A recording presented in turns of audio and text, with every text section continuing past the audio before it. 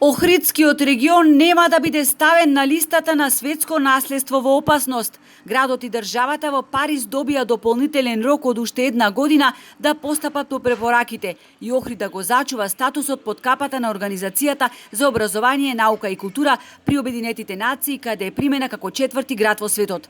На 47-та сесија на Комитетот за светско наследство на УНЕСКО усвоен амандман со кој се одложува впишувањето на Охридскиот регион на листата на светско наследство во опасност.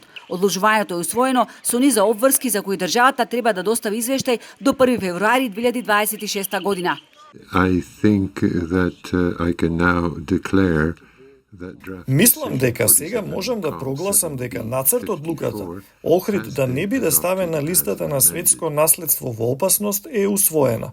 Таа е заверена. Македонија останува целосно посветена на решавање на проблемите и исполнување на обврските со цел зачувување на интегритетот и автентичноста на Охрид, истакна премиерот Мицкоски. Ние се боревме во една жестока дипломатска офанзива да се даде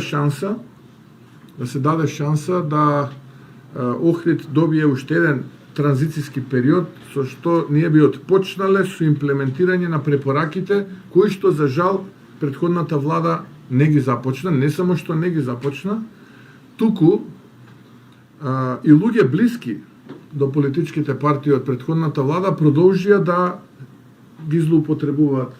Комитетот требаше по трет пат да гласа за статусот на Охрид. Пред 2 дена 40 невладини организации побара УНЕСКО да го впише Охрид на листата на светско наследство во опасност со цел да се заштити од уништување.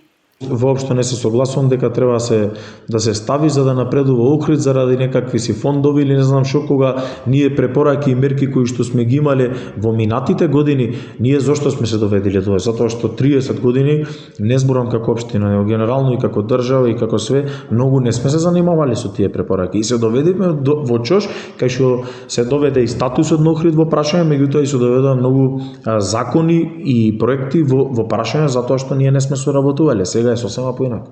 За Пецаков се неприфатливи тезите на дел од екологистите и граѓанските активисти дека доколку не прогласат за подрачје во опасност, дури тогаш целото внимание ќе се насочило кон Охрид и ние требало да искористиме таа шанса да ги најмиме сите експерти и да добиеме поддршка, вклучително и финансиска.